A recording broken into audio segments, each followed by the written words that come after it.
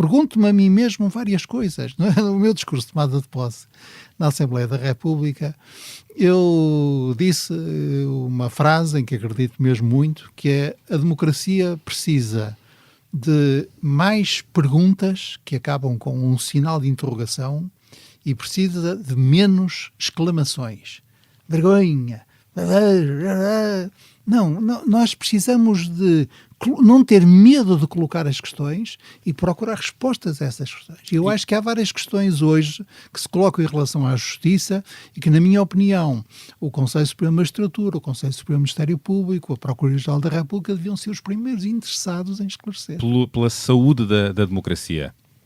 Pela saúde da democracia e da justiça. Sabe que sem justiça não há democracia. Onde fores, por onde vais, sente os pés onde pousas. Se alguém disser coisas más, diz que não ouças. Vê a beleza das pequenas coisas, a beleza das pequenas coisas, a beleza das pequenas coisas, a beleza das pequenas coisas.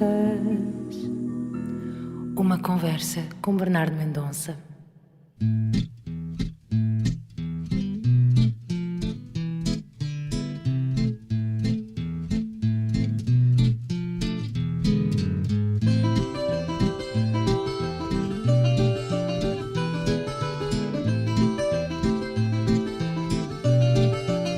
O meu convidado é o número 2 no top 10 dos governantes portugueses com mais tempo em funções.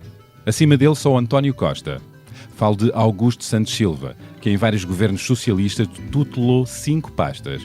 Foi Ministro da Educação, da Defesa, da Cultura, dos Negócios Estrangeiros e dos Assuntos Parlamentares.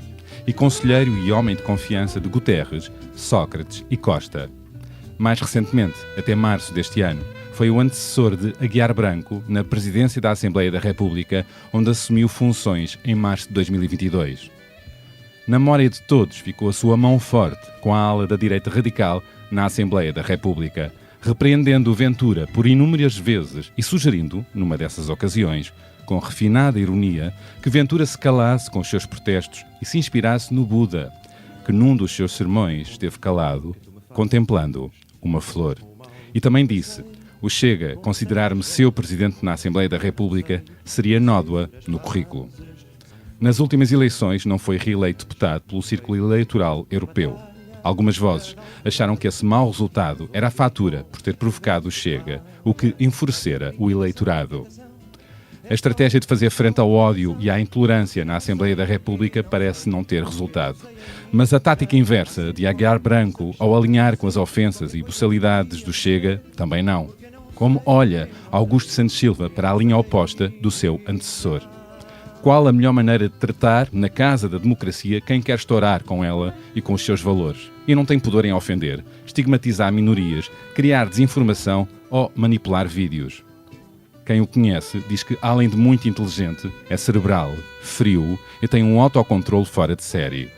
E ele, que já foi pau para toda a obra em política e tem sido tratado como uma voz obrigatória na estratégia dos vários governos socialistas e o mastermind por ser um bom conselheiro, pacífico e consensual, define-se também ele como um cientista profissional. Aliás, ele disse-me isto há pouco. Sei que é um homem com gosto pela cultura, que ouve música clássica para trabalhar, começa a odiar ler poesia e gosta de ir à ópera e ao teatro. E é alguém com quem eu posso discutir um novo plano de ação para as migrações, a guerra ou mesmo o panorama contemporâneo das bandas punk em Portugal. Já lá vamos. Augusto, como é tratado pelos mais próximos, confessou-me que há sempre em si inquietação, é só inquietação, como na canção de José Mário Branco. E quem vive nessa permanente inquietação, como é que está a viver este afastamento da política ativa, em que o telefone não toca tanto? Depois de sair da Assembleia da República, Augusto Santos Silva retomou as suas funções como professor na Faculdade de Economia da Universidade do Porto, onde é visto como um docente civilizado, inteligente, culto, moderado e contido, quase sem rastro do passado trotskista que tem no currículo. Mas olhemos para a frente. Quero que Augusto Santos Silva comente o futuro deste governo. Parece que ninguém quer ir a eleições, ninguém quer por agora fazer cair o governo, nem ter o ónus de validar o Orçamento de Estado. como é que se sai disto? O que deve fazer Pedro Nuno Santos para não ser a muleta da AD nem entregar a oposição ao Chega? E que mais? Sei que na secretária, além das fotografias de família, tem uma fotografia de Maria de Lourdes Pintacilgo, e eu pergunto-lhe se faz falta uma mulher com a fibra de Maria de Lourdes Pintacilgo no papel de Primeira-Ministra. Não percebo nada disso, mas politicamente acho que é assim. É uma frase que lhe é atribuída por privilegiar a abordagem política à abordagem técnica aos temas de todos os dias. Com o humor ácido QB, quando a TVI 24 acabou com o seu programa de análise política, chamou ao então diretor Sérgio Figueiredo Ayatollah de Barcarena. Terá sentido na pele uma certa censura nas posições que defende? Já agora, acha que tem havido alguma estratégia de governo sombra nas vozes que dominam o comentariado nacional? Vou perguntar-lhe. E agora vamos começar a conversar. Olá, Augusto Santos Silva, bem-vindo ao podcast A Beleza das Pequenas Coisas. Olá, muito obrigado pelo convite. E obrigado por ter vindo. Vamos saltar juntos, vamos conversar? Vamos a isso. A novidade. Já pensou em como seria a vida sem ela? Sem notícias diárias, sem novos lugares para descobrir, sem coisas novas para saber. Como esta pequena e bela novidade. A DS lançou uma nova motorização híbrida disponível nos modelos DS3 e DS4. Realçando as vantagens da mobilidade elétrica na cidade, o novo motor híbrido foi concebido para emprestar à sua rotina uma condução suave e prazerosa, com otimização de energia e combustível e menos emissões de CO2. E o melhor, não precisa de mudar os seus hábitos para se habituar a esta experiência de condução híbrida de excelência. Que lhe parece esta novidade? Visite-nos numa DS Store ou em dsautomobil.pt. Então eu começo pelas europeias recentes. O Chega foi o partido que mais perdeu votos nestas recentes eleições. O que é que isto diz do eleitorado deste partido? Não é tão fiável e militante como se julgava? E é um eleitorado vira-casacas? Ou é pela escolha do cabeça de lista? Julgo que, em parte, terá havido algum efeito da escolha do cabeça de lista, que não era tão conhecido como o líder do partido, mas, fundamentalmente, o que a eleição europeia mostra é que o Chega é hoje uma realidade incontornável do sistema partidário português, teve 10% de votos, mas não é uma realidade que esteja em crescendo. Esse foi, aliás, um bom resultado das eleições europeias em Portugal, comparado com o que aconteceu noutros países, em que esse ascenso da extrema-direita se verificou. Em Portugal, a extrema-direita tem hoje uma expressão política, mas é uma expressão política bastante minoritária. Ventura achava que era sempre a crescer, tinha essa expectativa. Agora, nestas eleições, acha que isto vai ter uma expressão para a frente, este resultado do Chega nas europeias? É difícil antecipar, as eleições europeias são eleições muito específicas, é aquilo que nós em ciência política chamamos eleições de segunda ordem e, portanto, é muito difícil extrapolar resultados de legislativas para europeias ou vice-versa de europeias para legislativas. Portanto, temos que ver, temos que esperar. Agora, o ponto importante para mim que as eleições europeias mostram em Portugal é que os dois partidos centrais do sistema político português, que têm alternado entre si na hegemonia política, o PSD e o PS, continuam a ser os mais fortes. E ao nível europeu, que é o elemento mais importante, é claro que a próxima maioria no Parlamento Europeu tem que se fazer com o Partido Popular Europeu, portanto com a direita democrática, com os socialistas e democratas, com os liberais e provavelmente também com os verdes, o que quer dizer que o sonho de uma parte da direção do PPE, que era de poder fazer maioria com várias formações de extrema-direita, e esse sonho virou pesadelo. Virou pesadelo. O que também virou pesadelo, e era expectável nas sondagens, é que a extrema-direita alcançou resultados históricos na Europa. Multiplica-se, há países que têm vários partidos de extrema-direita e vai chegando a mais países no poder. Contas feitas, dos 720 membros do Parlamento Europeu, a direita radical elegeu pelo menos 163 eurodeputados. Fiz eu as contas, fazendo dela a segunda força política da Europa. Pergunto, está em causa ou em risco o futuro da democracia na Europa? Não creio, até porque essa ascensão de forças de extrema-direita também tem despertado em muitos países, incluindo em Portugal, reações populares muito significativas. Basta ver a dimensão das manifestações no dia 25 de Abril em Portugal este ano. E, portanto, o meu cuidado é sempre o mesmo. Não devemos nós engrandecer formações a que os nossos eleitorados têm dado expressão, mas expressão muito minoritária. Não, olhando para a Europa, há um crescimento factual, não é? Como é que olha Sim, para mas isso? no conjunto esse crescimento é relativamente pequeno. A extrema-direita cresce muito preocupantemente na Alemanha e em França. A França agora, Le Pen, teve um resultado tão forte que criou um terremoto político. Portanto, Macron criou agora... e vamos ver quais são criou eleições para breve, não é? Sim, mas vamos ver quais são os resultados. Mas mesmo assim, a senhora Le Pen, ou a sua lista, não se tornou maioritária na política francesa. Ela foi a força mais votada, mas essa força mais votada teve cerca de 1/3 dos votos que os franceses exprimiram. E há outros países em que o que se verificou foi um realinhamento nesse espaço. O caso mais evidente é o caso da Itália, e há países nos quais a extrema-direita até reduz a sua influência se compararmos eleições de diferente ordem. Não parece preocupado a comentar França, o estado atual, mas muitos analistas políticos apontam a possibilidade cada vez maior de Le Pen subir ao poder. A minha inquietação é de outra natureza, mas é uma inquietação muito funda.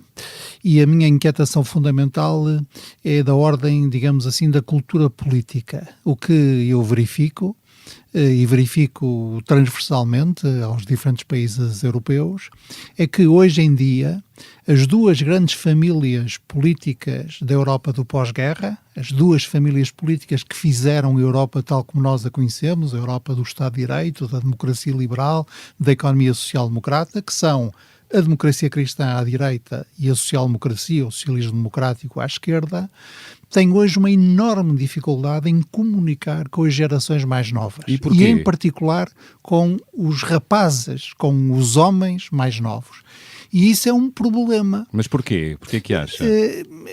Tenho uma certa dificuldade tenho tanta dificuldade em encontrar uma resposta clara para esse assunto, que esse é um dos temas da minha investigação como cientista social dos próximos tempos. Esse seu olhar é certeiro, os estudos apontam isso em Portugal e na Europa, não é? Sim. Há uma espécie de revolta do homem jovem adulto que é estranha, mas mais geralmente eu reconheço que a minha própria família política, que é aquilo que no norte da Europa se chama a social-democracia, no mundo anglo-saxónico se chama o trabalhismo, no sul da Europa se chama o socialismo democrático, a minha própria família, juntamente com a família democrata cristã ou conservadora democrática da Europa, tem hoje uma linguagem e uma forma de comunicação que não está a ter a aceitação que se esperaria junto dos jovens eleitores. E porquê? Os jovens eleitores viraram homofóbicos, viraram contra os direitos das mulheres, viraram racistas e xenófobos, revoltam-se contra a transição verde, são contrários à transição digital, não querem mais imigrantes. São os novos conservadores. Querem fechar fronteiras, querem fechar-se. Acho um bocadinho difícil, não sei se é por preconceito político, mas eu recuso-me a acreditar que as respostas a estas perguntas que eu fiz sejam necessariamente sempre sim. E, portanto, é preciso compreender E a resposta standard que me dão no interior do meu partido ou nas tertúlias políticas ou nas conversas com jornalistas, que é sempre a mesma, é porque a extrema-direita sabe como falar aos jovens no TikTok e sabe como falar aos jovens no Twitter e sabe como falar aos jovens no Instagram. Estava precisamente a e pensar vocês não. Isso não me satisfaz. Porquê? Porque se isso fosse verdade, isso quereria dizer que os jovens seriam uma espécie do que antigamente na filosofia se chamava a tábula rasa. Quer dizer que a mente de um jovem ou de uma jovem fosse um terreno vazio onde quem quer que lá chegasse semeava o seu produto, as suas sementes, e eu recuso-me a considerar isso. O que há de jovem em mim recusa-se a O que há de jovem isso. em si recusa-se a aceitar isso, mas está a desvalorizar o potencial do populismo, não é? E o potencial das redes sociais. O que parece provado é que há partidos, o caso do Chega, por cá, noutros partidos na Europa da direita radical, acredito que também, é que trabalham muito bem as redes sociais, o TikTok no caso, e de facto, como esteve a sinalizar o problema de os partidos mais standard, democráticos, não estão a chegar à juventude, pelos vistos, a direita radical está. E está a comunicar. O facto é que um dos principais palcos para comunicar e chegar aos jovens é as redes sociais. Claro que depois tem que haver outras camadas, não é? Como diz, não podem ser uma tábua rasa, não é? Eu faço aí, se me permite, algumas distinções. Em primeiro lugar, a minha experiência como sociólogo e historiador, a nossa experiência, o que a história nos diz, é que é um erro sempre considerar que o motor da transformação é apenas tecnológico. Esse é o chamado erro dos luditas. Os luditas eram os operários ingleses do princípio do século XIX que destruíam as máquinas porque achavam que as máquinas lhes iam roubar o trabalho. Portanto, a ideia de que todo o mal está nas redes sociais, a ideia de que há um determinismo tecnológico, é uma ideia que eu não acompanho, claro, por razões que têm a ver com a experiência social. Mas também há a forma de vivida na Europa. Também há a forma de comunicar, a forma de transformar a informação em populismo. Como sei assim, não é? Depois, há a forma de comunicação. E reconheço que há um limite. Isto é, eu não consigo passar mensagens no TikTok, no Instagram, no Facebook ou no... No Facebook até consegue. Não consigo. Eu já ia qualificar mensagens que passam por achincalhar outros.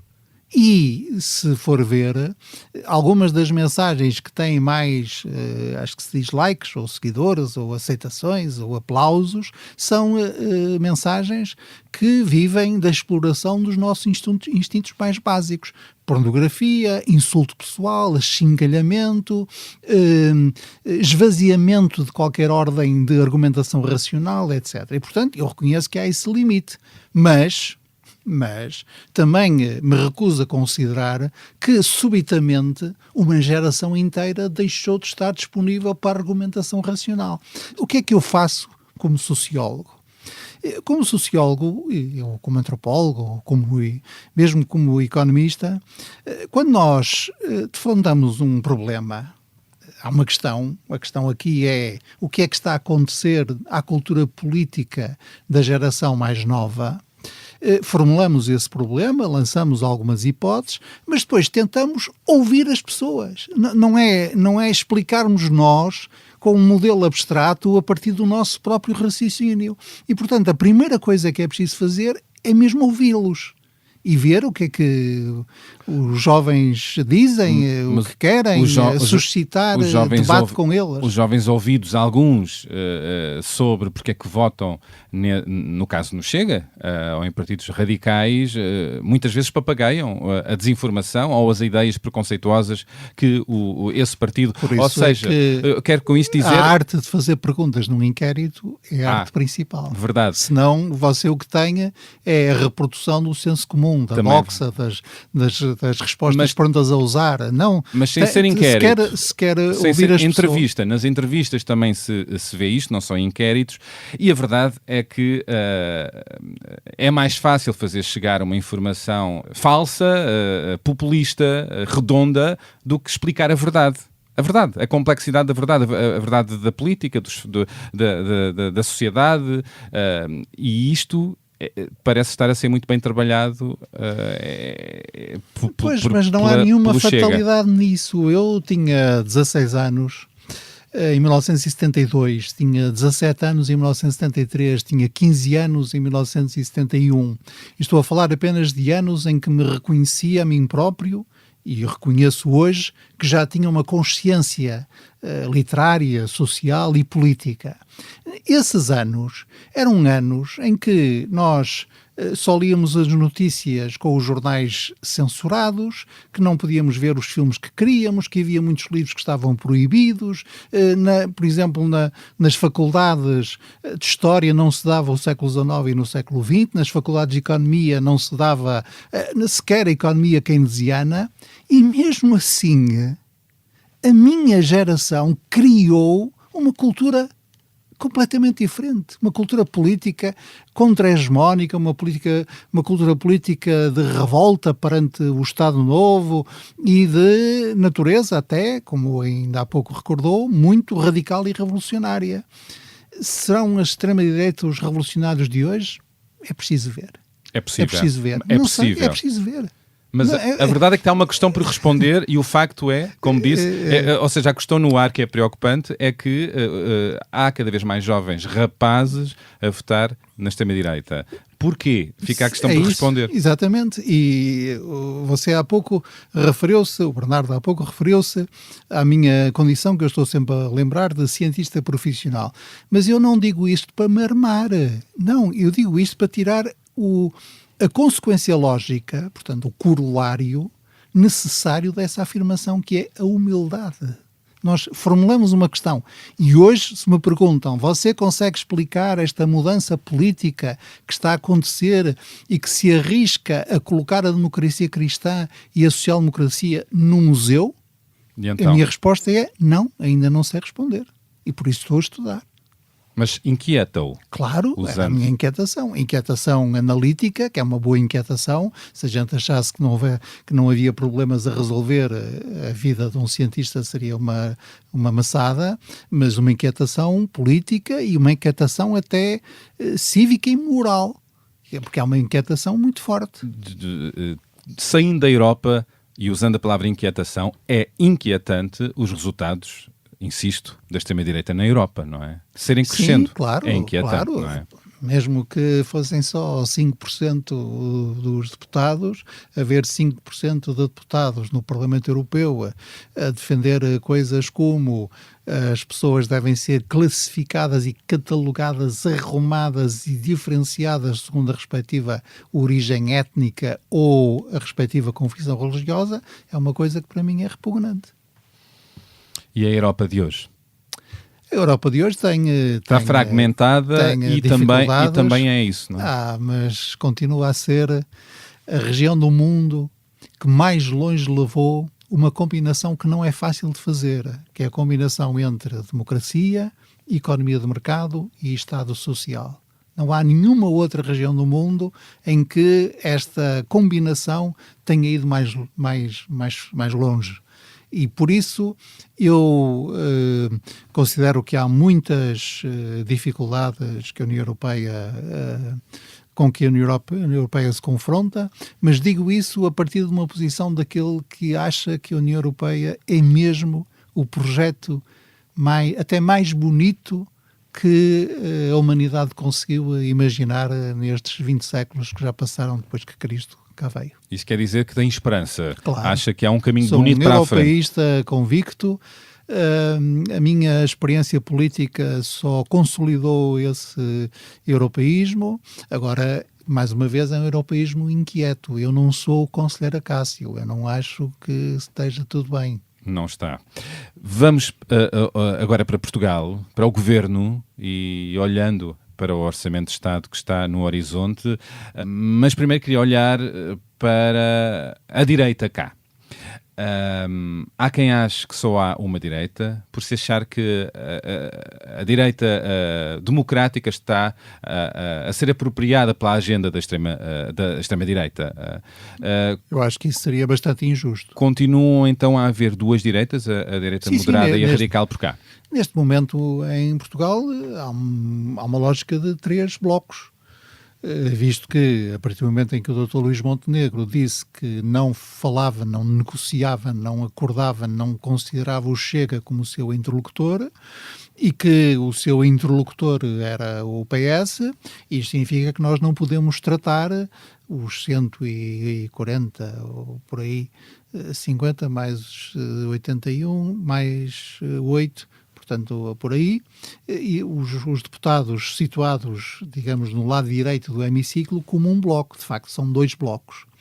E o PS hegemoniza claramente o lado esquerdo. Para além do PS, são relativamente poucos os deputados que existem e que se consideram à esquerda do PS. Portanto, eu acho que neste momento podemos considerar a esquerda no Parlamento como um bloco e daí haver 3 blocos. Há um bloco da AD, um bloco do Chega, um bloco hegemonizado pelo PS. Aí Altem Dias, nunca se sabe bem a que bloco pertence. Quero depois explorar melhor esses blocos e o futuro eventual agora, deles. O que eu digo é que há uma consequência, porque para aqueles que acham que a estabilidade política é em si mesmo um valor, e eu acho que a estabilidade política é em si mesma um valor, considerando que neste momento nós temos um empate em número de deputados entre PSD e PS, a aprovação do orçamento implica uma negociação entre PSD e PS. Não vejo outra razão, outro caminho. O PS deve fazer aprovar o Orçamento de Estado? O PS deve viabilizar a proposta de Orçamento de Estado que o Governo apresentar, se a proposta de Orçamento de Estado que o Governo vier a apresentar for uma proposta de Orçamento de Estado em relação à qual o PS pode abster. Essa é que é a questão. Porque eu ouço o atual Primeiro-Ministro e o Primeiro-Ministro muitas vezes parece que acha que ele tem um direito de governar como quiser e o PS tem o dever de viabilizar essa governação, qualquer que ela seja. E isto não é verdade. Pedro Nuno Santos, ser muito democrático. Pedro Nuno Santos tem, por vezes, negociado com Montenegro, outras vezes ameaça inviabilizar o governo da AD e recentemente alertou que o PS não é suscetível de ser humilhado e não pode simplesmente ser ignorado. E agora, o que é que se pode esperar? O que é que desejaria que acontecesse? O que Pedro Nuno Santos ajudasse na aprovação? O Orçamento de Estado tem 2 particularidades muito importantes. A primeira particularidade é que para entrar em vigor, tem que ser aprovado na Assembleia da República. Portanto, não há maneira de evitar o Parlamento quando se discute o Orçamento de Estado. É o Parlamento que discute e é o Parlamento que aprova, ou não. A segunda particularidade é que cabe ao Governo apresentar a proposta de Orçamento de Estado. Embora tecnicamente fosse possível que outros partidos políticos apresentassem projetos de lei de Orçamento de Estado, na prática quase nunca ninguém faz. Porquê? Porque evidentemente basta pensar na máquina que é preciso, o Ministério das Finanças, no sentido de ministério, para que a proposta de Orçamento de Estado possa ser construída de forma coerente. E, portanto, é o Governo que tem que apresentar uma proposta de Orçamento de Estado. Tem que apresentar, salvo erro, até o próximo dia 10 de outubro. E tem que apresentar uma proposta de Estado que possa ser viabilizada na Assembleia da República. Certo. O que é que isso significa? Significa, em primeiro lugar, que tem que cumprir os critérios a que quer o PSD, quer o PS estão politicamente vinculados. Os critérios da zona euro. E, portanto, na minha opinião, o Governo vai ter que arrepiar caminho, porque esta ideia de aprovar medidas que significa mais milhares de milhões em despesa e menos milhares de milhões em receita é um caminho que só leva ao déficit, que leva à destruição daquilo que é o capital mais importante que o país como tal conseguiu atingir nos últimos anos, que são chamadas contas certas. Depois, O PSD tem que incorporar, o Governo tem que incorporar na sua proposta de Orçamento de Estado, ou ao longo da discussão desse Orçamento de Estado, medidas que digam respeito aos objetivos programáticos do PS e que permitam ao PS dizer, bom, está aqui uma proposta de Orçamento de Estado que nós podemos viabilizar. Claro, aqui a grande questão é como é que o PS pode ajudar a viabilizar o Orçamento de Estado sem ser considerado uma muleta da direita e sem falhar aos trabalhadores e aos pensionistas que votaram no PS ou de esquerda, porque há aqui a questão de que ninguém parece querer ir a eleições, como eu disse, ninguém quer fazer cair o governo por agora, mas há aqui a questão de Pedro Nuno Santos não querer ser a muleta da AD nem entregar a oposição ao Chega. Eu neste momento não estou particularmente empenhado nas questões táticas da política. Elas são importantes, mas neste momento é uma nova geração que tem que tratar delas.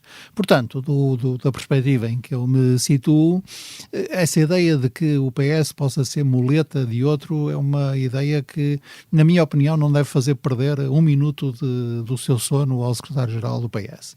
O PS é um partido que os portugueses conhecem bem e que sabem que vale por si e, portanto, não me certo, mas as más interpretações não me preocuparia com isso. Deixaria essa preocupação a comentadores, jornalistas e por aí fora. A questão essencial é saber se os partidos políticos, se o Parlamento entende que o país deve evitar uma lógica, um ciclo de instabilidade política no qual se sucedem eleições e deve, pelo contrário, dar-se a si próprio um certo tempo de respiração.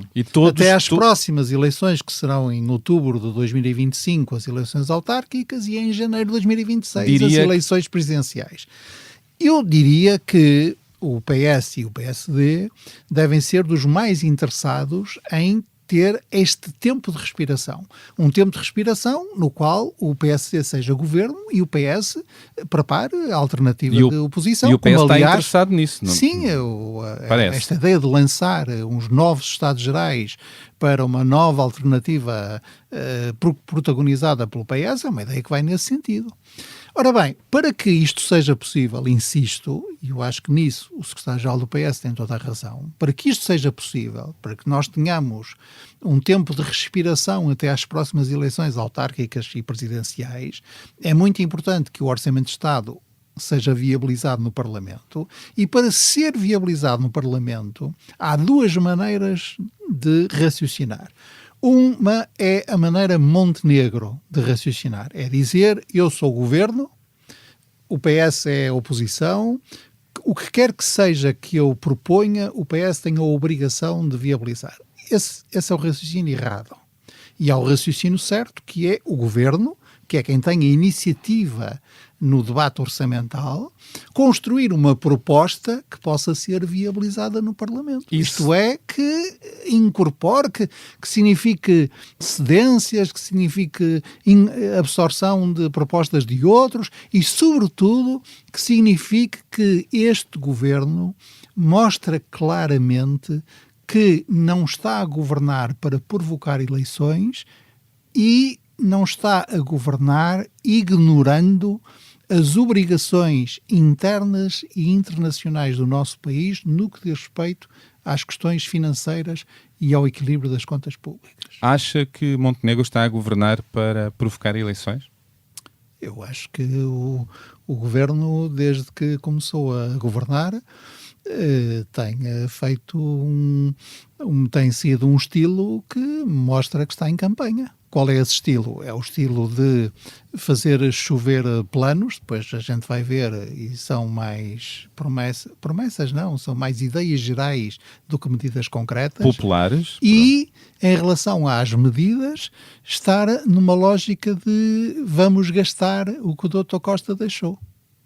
E depois pensa-se no futuro. E isso é muito errado em matéria orçamental. Aliás, e qual é a julgo fatura? que o- Qual é a fatura que o disso? olha, basta pensar no silêncio do Ministro das Finanças para perceber que é um caminho muito preocupante. E se Montenegro continuar com a estratégia que diagnosticou e achar que Pedro Nuno Santos tem a responsabilidade de fazer aprovar o Orçamento de Estado? Sem grande preocupação em trabalhar as medidas para arranjar um ponto de diálogo. Se esse fosse o caminho, o orçamento seria reprovado ou então aprovado pelo Chega. Quer dizer, se a lógica do PSD for, a lógica do governo for, nós não queremos saber de mais nada senão das nossas intenções e do nosso programa. E nós vamos apresentar a proposta de orçamento na Assembleia e a Assembleia tem que aprovar, o mais certo é que o orçamento seja chumbado. Quem é que beneficia com isso, se o Orçamento de Estado for chumbado? Olha, quem não beneficia, na minha opinião, é a democracia portuguesa, são os dois partidos principais da democracia portuguesa, que nestes 50 anos têm quase dividido, meio a meio, a responsabilidade de governar o país, o PS e o PSD. Quer com isso dizer que o Chega e a IEL sairão beneficiados? O que é que quer dizer? Quem é que vai sair beneficiado de uma queda do governo? Não sei antecipar. De uma queda do orçamento, no caso. Mas nós vivemos o ano de 2022 e o ano 2023 sob a ameaça feita aí todos os 15 dias de que o governo não ia durar, que a Assembleia ia ser dissolvida, que ia haver crise, até que houve. E, portanto, eu, na minha parte, não colaboro para esse filme. Não vejo nenhuma razão para que as instituições democráticas não funcionem e, portanto, para que o governo governe, para que a oposição se oponha. O povo escolheu que desta vez quem tem a responsabilidade por governar é o PSD e o CDS. Eles assumem essa responsabilidade. O povo escolheu que desta vez o PS deve liderar a oposição, o PS deve cumprir essa responsabilidade.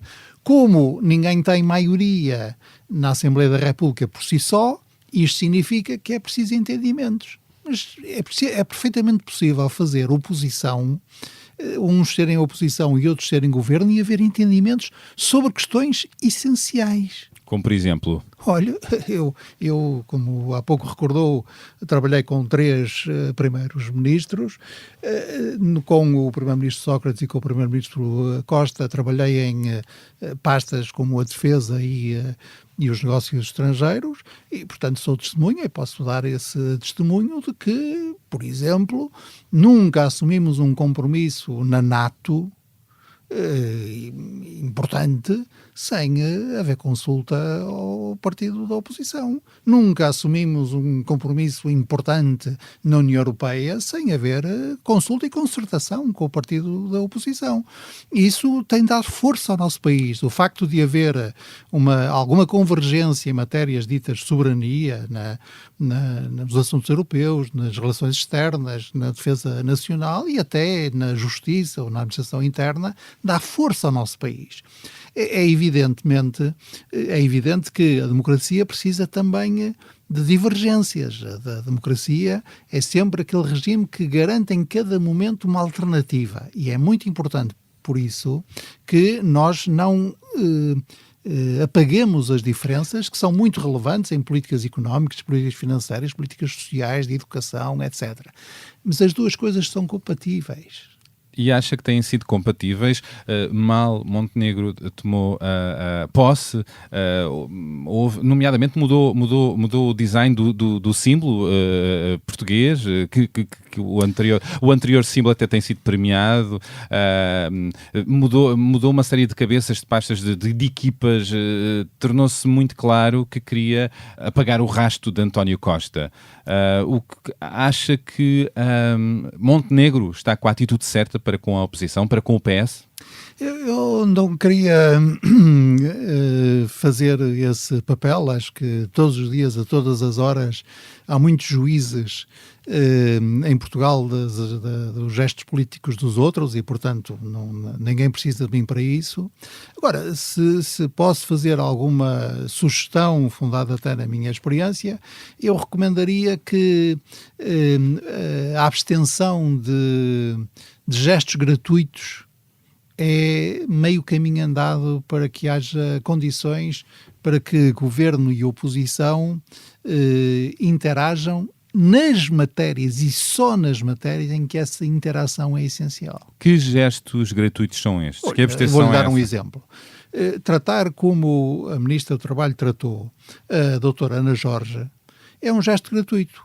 Para além de mais ofensivo, na minha opinião, totalmente injustificado, mas independentemente disso, independentemente da questão pessoal, é um gesto gratuito também em relação ao PS, porque a doutora Ana Jorge foi Ministra da Saúde do Partido Socialista. E, portanto, esses gestos não adiantam nada. Pelo contrário, até foi um gesto com efeitos negativos sobre a reputação e a imagem da senhora Ministra do Trabalho, e são gestos que criam essa ideia de que há uma força que não está a respeitar a outra, a que o secretário-geral do PS se referiu, e na minha opinião, muito oportunamente, quando disse que o PS não é um partido que se possa humilhar. E tem sido humilhado? É preciso evitar esses gestos. Para que para a frente... Como digo, eu não quero aqui nem dar notas, nem dizer se estão bem, se estão mal. Não é esse o meu papel agora. E, portanto, resisto muito a entrar nesse registro. Quero apenas dizer que, na minha opinião, como pessoa com preocupações cívicas, que acompanha a política portuguesa, europeia e internacional todos os dias e a todas as horas, eu diria que, é muito importante que o país recupere alguma estabilidade política, e para recuperar essa estabilidade política é muito importante que PSD no governo e PS na oposição se atuem, não apagando as suas diferenças, mas atuem de forma que seja possível haver interação positiva nas matérias em que essa interação positiva seja absolutamente essencial para a estabilidade política. E por isso Montenegro tem que mudar, nesse ponto de vista, a sua atitude. Uns dirão isso, outros dirão dirá mas isso. o PS no seu também caso, tem que mudar. Dirá isso. No seu caso, dirá isso. Eu sou membro do Partido Socialista, da Comissão Política do Partido Socialista. Portanto, a minha opinião é conhecida. Falando do PS, falou há pouco dos grandes blocos. Imagina o PS a liderar um bloco à esquerda de forma assumida, ou não deve hipotecar a sua zona ao centro para secar o PSD, ou a AD no caso? Eu, por exemplo, acho que neste momento há condições que tornam possível que haja uma candidatura à Câmara Municipal de Lisboa que conte com o apoio de todos os partidos de esquerda. E até, porque é um partido que não se reconhece nessa dicotomia esquerda-direita, que também inclua o PAN. Há neste momento condições em Lisboa para se formar uma candidatura que seja muito ampla do ponto de vista político-partidário, que seja também muito mobilizadora de muitos cidadãos que estão para além do espectro político-partidário, e que seja uma candidatura vencedora, que faça regressar Lisboa à dinâmica que ela perdeu, na minha opinião, com o atual mandato do engenheiro Carlos Moedas. Quem seria essa pessoa? Que nome imagina que podia estar nessa lista? Não é a minha especialidade lançar nomes, portanto... Estou a ver nos seus olhos nomes a passarem. Isso é uma coisa que se pode... digamos que não me parece que fosse o ponto mais difícil. Uhum. E na formação da Assembleia da República... Portanto, o que eu estou a dizer é que aí faz sentido, mas se a gente passar daí para as questões europeias, nas questões europeias, e muitas das questões europeias, a verdade é que PS e PSD estão mais próximos um do outro do que o PS do Bloco de Esquerda ou do PCP, ou o PSD do CDS ou da Iniciativa Liberal. Isto já para não falar no outro partido. Portanto, depende da... Se nós pensarmos nas questões de política internacional e de defesa, são matérias que, mais uma vez, a distância que há entre o PS e o Bloco de Esquerda ou o PCP é maior do que a distância que há entre o PS e o PSD. Bom, no passado recente, com António Costa, a geringonça fez com o Bloco de Esquerda e o PC, não é? Sim, mas quando eu há pouco testemunhei a minha própria experiência, deve ter notado que eu disse que não foi tomada nenhuma decisão muito importante no âmbito, adotada uma posição muito importante no âmbito europeu, sem haver consulta ao principal partido da oposição, e referia o PSD. Mas ainda resolvendo esta questão, via com bons olhos um bloco à esquerda com o PS a liderar, formado na Assembleia da República de forma mais evidente? Não. Então? Não sou nada favorável a questões de frentismo político, porque o PS deve preservar a sua autonomia estratégica em relação seja a que outro partido, e segundo, não me parece que haja tanta identidade de posições entre o PS e os partidos à sua esquerda que essa lógica de frente se coloque. E nem há ameaça que obrigue a pensar nessa lógica de frente, porque eu até compreendo as movimentações que estão a acontecer em França. Mas a situação portuguesa é muito diferente. Verdade. Quero falar sobre a Operação Influencer, o caso que fez cair o governo de António Costa. Disse numa entrevista que o Ministério Público abusa do recurso às escutas telefónicas e buscas domiciliárias. Referiu a ignorância sobre como age no plano político. Vendem tudo indícios de crime. Que ignorância é esta do Ministério? É muito simples. Eu já vi ser defendido como se fossem crimes por parte do Ministério Público, decisões administrativas com que o Ministério Público não concordava. Mas o Ministério Público não é a entidade à qual nós não perguntamos a opinião em matéria administrativa ou política. O Ministério Público é a entidade que tutela a ação penal.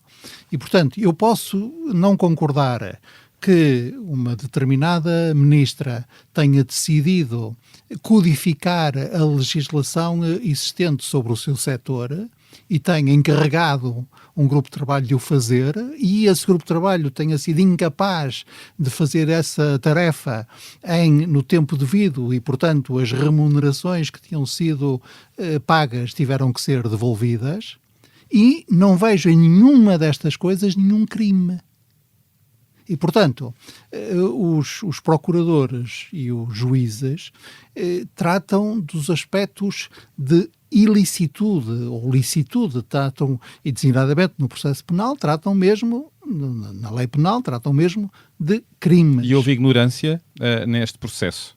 E abuso? Eu não sei, porque eu não conheço o processo, que aparentemente estará em segredo de justiça, não é? Embora haja muita informação que circule sobre ele. Mas digo-lhe o seguinte: a ideia de que quando um governo muda uma lei, ou quando um governo toma uma iniciativa legislativa, nem que seja para garantir um investimento direto estrangeiro na ordem dos milhares de milhões de euros, garantindo empregos na ordem dos milhares de novos empregos.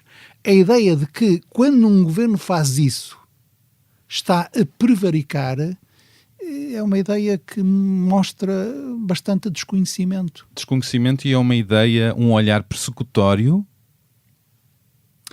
Não. Perseguição requer intencionalidade. E eu não sou capaz de dizer que haja intencionalidade nisso. Agora, acho que quem trata dessas questões deve interessar-se também sobre saber se houve alguma intencionalidade. Vamos fazer uma coisa que também é muito cientista. Pois. Isto é, eu, em relação ao processo influencer, podem-me dizer, mas você estava no governo que aprovou o decreto. Acho que já não estava, mas você é citado, há uma escuta que diz que o Augusto vai falar com o Primeiro-Ministro e esse Augusto não pode ser outro que não seja o Ministro dos Estrangeiros, Augusto Santos Silva. E, portanto, como eu sou cientista, então, vamos fugir a esse tema no qual eu podia ter interesses, até sentimentos próprios, e vamos falar de outra área política. O Dr. Rui Rio foi, durante 12 anos, presidente da Câmara Municipal da minha cidade, do Porto. Nunca com o meu voto. Foi sempre contra ele. Imaginei. E durante esses 12 anos, foi 8 vezes constituído e erguido pelo Ministério Público.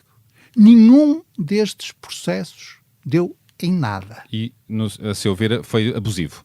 Não sei, mas como cientista... Suspeito. Como cientista, eu devo dizer, há que pôr aqui uma hipótese. O e governo... a hipótese é, houve ou não perseguição judicial ao Presidente da Câmara do Porto? E Ponto de interrogação. essas questões têm que ser colocadas para com Rui Rio, mas também para com António Costa. Com António Costa dá-se esta coisa absolutamente absurda. O governo foi mandado abaixo pelo Ministério Público e a questão é se aconteceu propositadamente, por consequência natural das operações, ou por incompetência ou perseguição. Que era a minha resposta? Sim. A minha resposta é, não sei. O que eu sei é que há um comunicado pelo qual o Ministério Público comunica ao país que o Primeiro-Ministro está com um inquérito de crime a correr contra ele no Supremo Tribunal de Justiça. Esse comunicado é, se não me falha a memória, do dia 7 de novembro. Aliás, esse comunicado diz que desde o dia 17 de outubro anterior que esse inquérito foi aberto. O Primeiro-Ministro, na minha opinião, bem, tira desse comunicado a consequência que não tem condições para continuar como Primeiro-Ministro. Decidiu bem. Na minha opinião, sim. E passou dezembro, passou janeiro, passou fevereiro, passou março, passou abril, passou maio, passou junho, portanto 7 meses. E à pergunta, mas de que é que ele é suspeito? Quais são os indícios? O que é que aconteceu? Não é razoável não saber nada 7 meses depois do governo ter caído, de António Costa ter saído do poder por causa desta operação? Mesmo que o governo não tivesse caído, não era nada razoável, passado 7 meses depois de uma comunicação dessas, o país não saber nada. Nada. O que é que não isto ter diz da nossa explicação. justiça? O que é que isto diz da nossa justiça? Que precisa de uma reforma. Que reforma? Em síntese, ou seja... Em síntese, recomendo a quem quiser que leia o manifesto dos 50 sobre a reforma da justiça, que eu também subscrevi. Mas agora, quais são as minhas urgências? Os meus pontos Sim. Olha, para as pessoas perceberem, como sabe, eu não sou conhecido por esconder as palavras, para as pessoas perceberem bem do que é que estamos a falar. Olha, eu gostaria que ninguém estivesse 4 anos seguidos sob escutas telefónicas. Eu não gostaria que as buscas domiciliárias se fizessem com as televisões a filmar. Eu não gostaria que meios tão intrusivos de realizar diligências como as escutas telefónicas ou as buscas domiciliárias fossem realizadas com tanta ligeireza. Eu não gostaria que o segredo de justiça fosse tão flagrantemente violado e sempre da mesma maneira, sempre para provocar a condenação em praça pública antecipada das pessoas que são consideradas suspeitas. Que justiça é essa? É uma justiça populista, irresponsável? Não sei dizer. Com intenções políticas? Não sei, porque eu próprio não quero raciocinar em relação à justiça. Mas raciocina com certeza sobre isso. Claro que raciocino, mas raciocínio nesta base. Eu pergunto-me a mim mesmo várias coisas. Não é? No meu discurso de tomada de posse na Assembleia da República, eu disse uma frase em que acredito mesmo muito, que é: a democracia precisa de mais perguntas que acabam com um sinal de interrogação e precisa de menos exclamações. Vergonha, Não, nós precisamos de não ter medo de colocar as questões e procurar respostas a essas questões. Eu acho que há várias questões hoje que se colocam em relação à justiça e que, na minha opinião, o Conselho Supremo de Magistratura, o Conselho Supremo do Ministério Público, a Procuradoria-Geral da República deviam ser os primeiros interessados em esclarecer. Pela saúde da democracia. Pela saúde da democracia e da justiça. Sabe que sem justiça não há democracia. Descreveu António Costa como o melhor candidato de esquerda a Belém, mas o antigo Primeiro-Ministro está agora a um passo de presidir ao Conselho Europeu. Como é que vê a possibilidade de António Costa presidir ao Conselho Europeu? Pergunto-lhe primeiro. Com muita alegria e muita tristeza. Que tristeza é essa? É a tristeza de ter perdido um excepcional primeiro-ministro português, não porque tivesse sido derrotado nas urnas, não porque tivesse sido derrubado no Parlamento, mas sim porque foi vítima de uma coisa que nós, passado estes meses, ainda nem sequer conseguimos caracterizar. Muita alegria, porque acho que ele merece, acho que ele fará um excelente trabalho, acho que é uma coisa que só dignifica o nosso país, ter personalidades portuguesas à frente de instituições tão importantes como, se vier a verificar, o Conselho Europeu, e é uma coisa também de que a Europa beneficiará muito, porque eu conheço muito bem o António Costa e sei muito bem aquilo de que ele é capaz e o europeísmo que o anima e a inteligência política que o caracteriza. Se ele for eleito, o que é que isso diz da nossa justiça, que continua a investigar o caso e a incluir o nome de António Costa como suspeito? Eu nem sequer sei dizer se essa frase é correta. Se do ponto de vista judicial o António Costa é considerado como suspeito. O nome dele consta, há uma suspeição sobre o nome dele ainda. A suspeição é outra coisa. Pronto. Mas... não é arguído, antes de mais. Não tenho mais nada a dizer para além do que já disse. Sobre aqui, a justiça. António Costa, se vier a confirmar que vai presidir o Conselho Europeu, vai enfrentar uma série de desafios nesta Europa fragmentada, com bastante extrema-direita e com uma série de situações, no caso das migrações, a guerra. Quais são os principais desafios que vê para António Costa neste papel? Quer dizer, acho que é o desafio de conjugar a Europa social e a transição verde, portanto, olhando para as pessoas ao mesmo tempo que olha para as coisas absolutamente essenciais que nós temos que fazer se não queremos pôr a nossa própria humanidade em risco, o desafio de concertar posições entre governos e países de orientações muito diferentes, os governos e os países de tradições também muito diferentes, o desafio da situação de guerra que se vive, felizmente não na União Europeia, mas às portas da União Europeia, na Ucrânia, o desafio de relançar a voz da Europa no mundo e a influência da Europa no mundo, e eu só me estou a referir a competências próprias do Presidente do Conselho Europeu, e não às competências mais executivas da Comissão Europeia. Agora, não tenho nenhuma espécie de receio, não teria nenhuma espécie de receio se António Costa viesse a ser escolhido como Presidente do Conselho Europeu, porque sei que ele é bem capaz de superar esses e muitos outros desafios. Sabe que nas primeiras semanas nós formamos governo. Tomamos posse, se não me falha a memória, no dia 26 de novembro de 2015, o primeiro governo do António Costa. E digamos que ali nos primeiros meses andamos porque era ele, desde logo, era eu e era o Ministro das Finanças Mário Centeno, a correr a essas capitais da Europa, tentando explicar aos nossos interlocutores, aos nossos parceiros, à Comissão Europeia, à Alemanha, à França. A França era mais fácil, mas a Alemanha, sobretudo, e vários aos ditos frugais, etc., que sim, nós íamos mudar radicalmente a nossa política económica para cumprir e não para não cumprir os critérios de Maastricht. E, no princípio, as resistências foram muitas, as declarações do então Ministro das Finanças a dificultar-nos a vida foram várias, e depois esse próprio Ministro das Finanças, Schäuble, infelizmente já falecido, veio a considerar Mário Centeno, lembra-se dessa frase? Lembro. Cristiano Ronaldo do Eurogrupo. E, portanto, os desafios, quanto mais fortes eles são, mais fortes também se mostram as pessoas. Não... Mário Centeno, Cristiano Ronaldo, comparado a Cristiano Ronaldo, acha que António Costa pode ser comparado também a grandes figuras do desporto? Também é um campeão, pode ser considerado um campeão na negociação?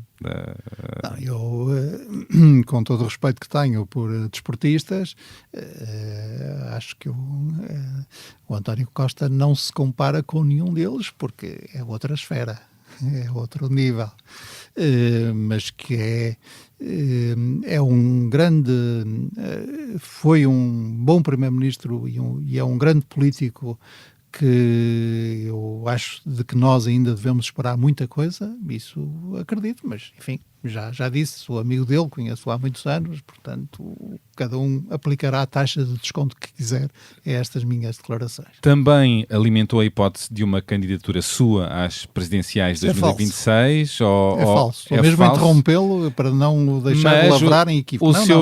Mas não alimentei nada. Alimentar significa a gente meter para dentro e depois proceder à respectiva digestão, materiais que vêm de fora. Eu limitei-me a responder a uma pergunta que me foi colocada, e a pergunta era assim, mas põe completamente de parte, em qualquer circunstância, uma candidatura à presidência da República? E a minha resposta foi não, nunca pus de parte nada na minha vida política, portanto, mas tanto faz ser Presidente da Assembleia da Presidente da República, como Presidente da Junta de Freguesia. Exato. Como... E vê essa hipótese de concorrer às presidenciais de 2026? Depois, quando, felizmente, passado umas semanas, reformularam a pergunta e disseram, mas então o que é que pensa das eleições presidenciais? E aí eu já pude responder pela positiva. O que eu acho é que nas eleições presidenciais de 2026... a área política que o meu partido representa, e que vai muito além dele, naturalmente, não deve cometer em 2026 o erro que cometeu em 2021, em 2016, em 2011, em 2006, que foi apresentar-se dividida às eleições presidenciais. Verdade. E, portanto, é essencial que essa área tenha uma candidata ou um candidato. Preferia uma mulher ou um homem? Tanto faz. Da minha parte, estou empenhado para contribuir a esse objetivo. Uma candidatura única e uma candidatura forte. E vê-se nesse papel de candidato às presidenciais? Não, porque eu sou um cientista profissional, aliás, com um certo lastro positivista, e, portanto, deixo aos outros o juízo sobre mim próprio. Permita-me a pergunta que... Não me chamo Narciso, chamo Augusto. É um bom título. É um bom título, gostei. Que tipo de presidente seria se alguma vez vier a ser? Mais Marcelo, mais Cavaco ou mais Sampaio? Não me apanha nessa. Não? Não. Então pergunto-lhe de outra maneira. Qual foi o melhor Presidente da República em Portugal? Assim poupa-me a pergunta, sim, é isso mesmo. Exequo Mário Soares e Jorge Sampaio. E porquê? O que é que distingue numa frase num e no outro? O general Yanes, que é outra hipótese? É uma das grandes figuras e que marcou o nosso país antes de ser Presidente da República, durante o seu primeiro mandato e depois de ser Presidente da República. Então, depois de ser Presidente da República, tem sido um exemplo moral e político para todos nós, e mais uma vez estou à vontade, porque nunca comunguei das opções políticas que ele foi tomando de apoio a este ou aquele candidato. Durante o seu segundo mandato, cometeu, na minha opinião, um erro e um excesso, que foi empenhar-se ou deixar-se ou deixar que o empenhassem na construção de um partido político. O Dr. Soares foi um Presidente da República eleito em circunstâncias dramáticas, ganhou por 50 mil votos ao professor Freitas do Amaral, que soube reunir o país, tornar a unir o país, e que cultivou uma relação direta com as pessoas, não fundada no sentimento fácil, mas fundada na confiança que as pessoas tinham que Mário Soares era um tipo que não hesitava nas questões fundamentais. E o Dr. Sampaio fez uma presidência que também não é isenta de polémica. Eu, por exemplo, manifestei-me contra a sua decisão de empossar o Dr. Santana Lopes em 2004, mas fez uma presidência absolutamente coerente do princípio até ao fim e com um grande sentido institucional, um grande sentido do Estado. E o que é que acha da presidência de Marcelo Rebelo de Sousa? Acho que o professor Marcelo Rebelo de Sousa fez um primeiro mandato muito bom. E confesso que tenho alguma dificuldade em compreender a lógica da sua atuação no segundo mandato. Acha que não está a fazer um bom segundo mandato?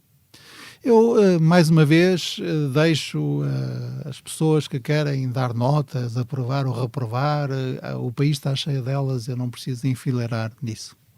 Bom, quero agora ir ao seu último papel político. Presidente da Assembleia da República. Foi notório, e eu disse na introdução, que teve um pulso forte perante a ala mais à direita da Assembleia, a direita radical, admoestou e chamou a atenção por várias vezes algumas intervenções do Chega, mas nestas últimas eleições não foi novamente eleito. Há quem diga que foi a fatura por essa postura frente ao Chega, e se diz que a estratégia não foi a mais certa. Por outro lado, Aguiar Branco fez uma postura distinta, podemos dizer que alinha ou que permite que certas frases sejam ditas pelo líder do Chega ou pela bancada do Chega, mas essa estratégia também parece não estar a funcionar. Que estratégia funciona com o Chega? Comecemos pelo mais fácil. Não tenho nada a dizer sobre a atuação do meu sucessor, do Dr. José Pedro Aguiar Branco, que tem sido, aliás, foi sempre uma sucessão pacífica. Ele já me sucedeu no Ministério da Defesa, depois agora sucedeu-me na Assembleia da República. Não tenho nada a dizer a não ser cada um tem o seu estilo e desejo-lhe os maiores êxitos e o melhor desempenho possível. Quanto à segunda questão, que é uma questão de facto, também é fácil de resolver, que é a minha não eleição como deputado eleito por fora da Europa. Eu fui candidato por fora da Europa em 2019, por uma decisão política que o secretário-geral do PS e eu próprio tomamos e que tinha toda a lógica. Como ministro dos Estrangeiros era o responsável pela política para as comunidades, nada melhor do que me sujeitar ao escrutínio das comunidades. Fui eleito em 19 e 22, não fui eleito em 24. O círculo de fora da Europa é o círculo eleitoral mais difícil para o PS, ainda mais difícil que a Madeira. O PS só elegeu um deputado por fora da Europa em 99, quando foram os 115 deputados. Não elegeu sequer na maioria absoluta de Sócrates e depois elegeu em 2019 e em 2022 eu próprio. Portanto, eu sabia, a direção do PS sabia, que se o PS não ganhasse folgadamente as eleições, eu não seria eleito. Então não foi uma fatura de um olhar do eleitorado perante como agiu perante o Chega? Qualquer estudante de primeiro ano de um curso de ciência política e no início uma disciplina de sociologia eleitoral sabe dizer isto. Portanto, não. Depois, eu também devo dizer que eu usei de pulso forte na direção da Assembleia. Sim, acho que sim. Pulso forte não do ponto de vista disciplinar, do ponto de vista político. Claro. Nunca cortei a palavra a ninguém, nunca, nem sequer nunca interrompi numa sessão, etc. Mas se a expressão pulso forte não me causa nenhuma particular dificuldade, já me causa a ideia de que foi um pulso forte dirigido contra alguém, porque não foi. Eu, na minha responsabilidade de aplicar o regimento, designadamente o artigo 89, que diz que o Presidente intervém quando o discurso que está a ser produzido se torne injurioso ou ofensivo. Filo me lembra com deputados do Bloco de Esquerda, com deputados do PS, vários, do IEL. com deputados da IEL, com membros do Governo, Ministro da Educação, inclusive, que até ficou um bocadinho atrapalhado, a dizer que o Ministro da Educação a ser repreendido pelo Presidente da Assembleia. Bom, A única diferença é que, por razões que são muito compreensíveis, sobretudo para quem lá está, pode acontecer a qualquer um ou qualquer uma, no calor no debate, ser excessivo. Grandes deputados, Francisco Sousa Tavares, Raul Rego, ainda são hoje conhecidos por expressões absolutamente fora de então deixe-me relembrar a reprimenda que fez no momento de Lula da Silva. Espero só um pouco.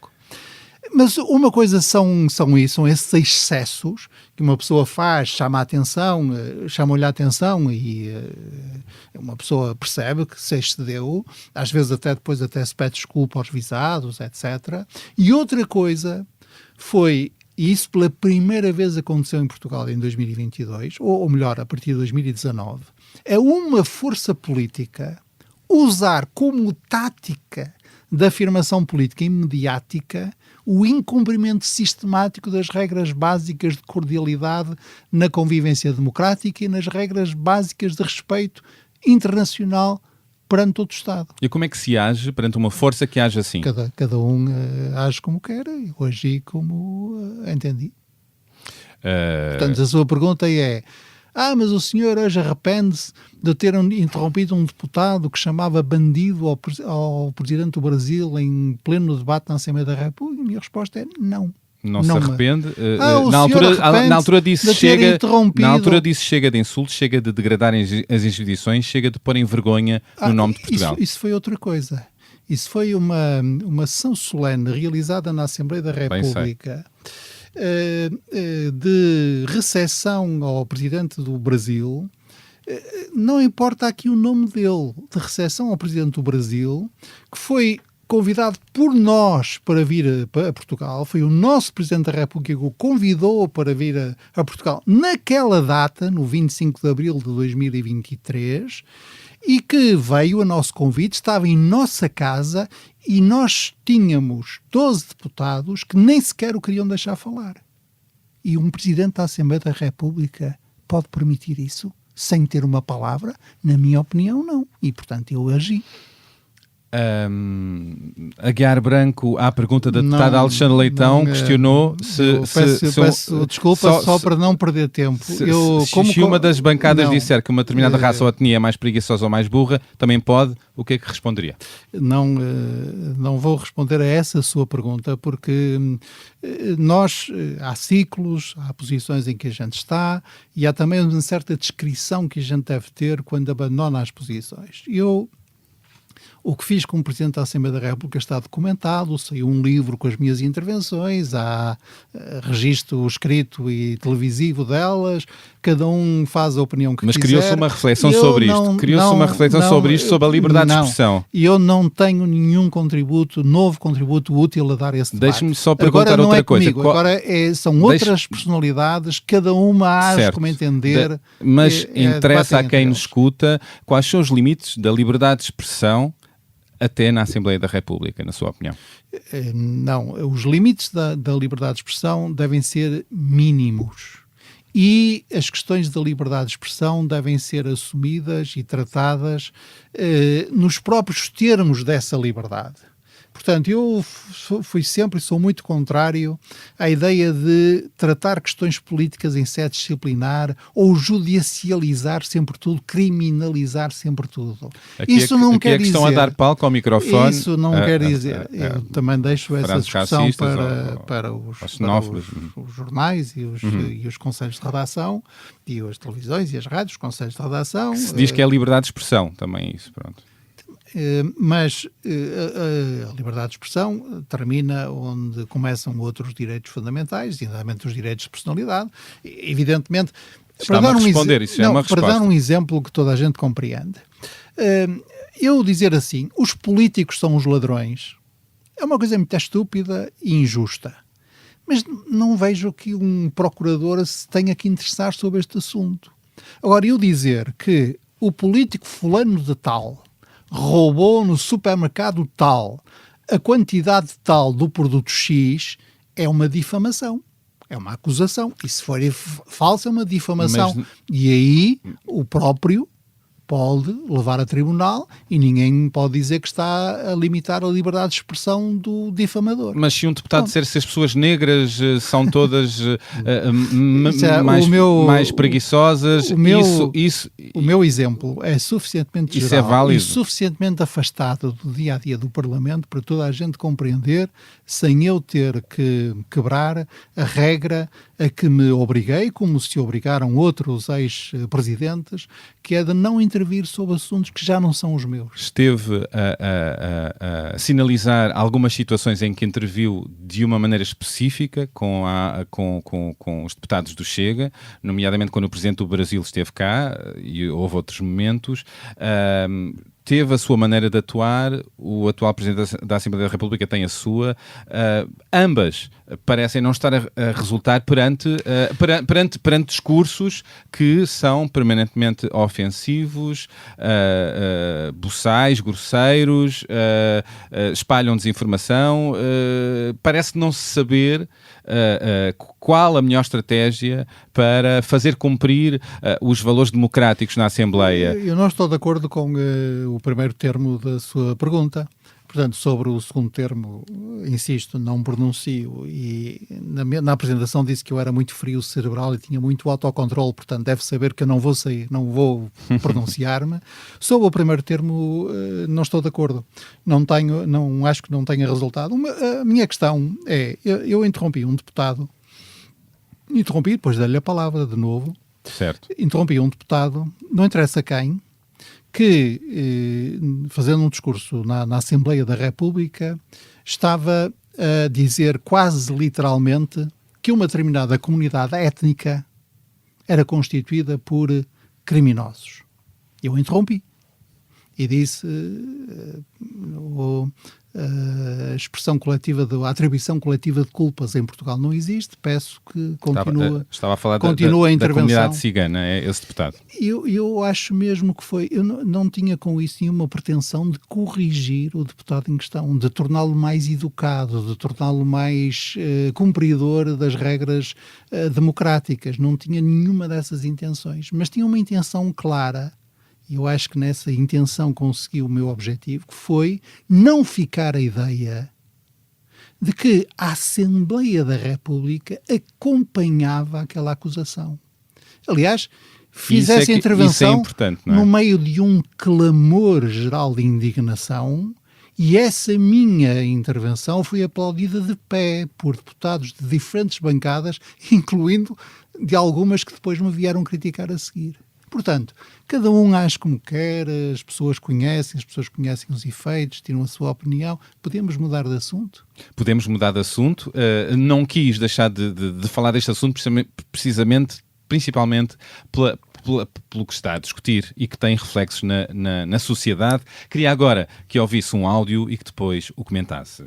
Saúdo o Augusto Santos Silva e o brilhante desempenho que teve nas diversas pastas governativas por que passou, em especial na minha casa, o MNE, onde se fez respeitar de forma exemplar pela qualidade da intervenção política. Tenho também que agradecer pessoalmente por, em 2010, quando era Ministro da Defesa, ter decidido aceder ao meu pedido, era eu então eurodeputada, entregando-me o contrato da aquisição dos submarinos, contra o parecer de toda a gente, de todos os consultores, conselheiros, juristas no Ministério da Defesa. Isso foi muito importante para eu poder trabalhar no assunto e colaborar com o Ministério Público, que fez um notável trabalho de investigação, infelizmente, mais tarde, arquivado por razões políticas. Mas que revelou a profunda imbricação do grupo BEGES nos esquemas de corrupção em vários setores da administração pública, incluindo nesse contrato e no Ministério da Defesa. objetivo de estar aqui hoje é, no entanto, fazer uma pergunta em concreto a Augusto Santos Silva. Uma pergunta que resulta de acusações que lhe têm sido frequentemente feitas por gente, sobretudo dos quadrantes da direita, mas também alguma de esquerda. Gente que diz que o partido da extrema-direita beneficiou muito com as reprimendas que recebeu de Augusto Santos Silva enquanto Presidente da Assembleia da República no último mandato. Eu devo dizer que não concordo com essa teoria. Acho que foram erros fundamentais do governo que deram gás ao descontentamento da extrema-direita mentirosa e oportunista. Desde a falta de recursos e falhas no Serviço Nacional de Saúde, à crise dos professores, aos serviços públicos degradados, à crise na habitação, as questões relacionadas com a perda de poder de compra nos salários causados pela inflação e pelo disparo das taxas de juro, sem medidas macroeconómicas de compensação, etc. Essas foram as falhas que, a meu ver, criaram muito descontentamento popular e abriram espaço para o aproveitamento oportunista da extrema-direita e para a vitória, pouquinha, mas a vitória da direita sobre o PS. Por isso eu quero perguntar ao Augusto, o que é que pensa? Acha ele que de facto foi principal responsável, enquanto Presidente da Assembleia da República, pela subida da extrema-direita em Portugal? Como é que ele hoje vê essa acusação? Se voltasse a ser Presidente da Assembleia da República, faria tudo igual ou mudaria alguma coisa? Bom, acabámos de ouvir a ex-eurodeputada e comentadora Ana Gomes, que deixa aqui um olhar sobre Augusto Santos Silva e uma questão, a continuação um pouco do que temos discutido. Vamos ouvir o seu comentário na segunda parte desta conversa, que vai a muitos outros lados. Quero falar ainda rapidamente sobre imigração, a guerra e o futuro. O que é que está para aí? Sei que há um livro para surgir. Tudo para ouvirem na segunda parte, que sairá na manhã deste sábado. Boas escutas.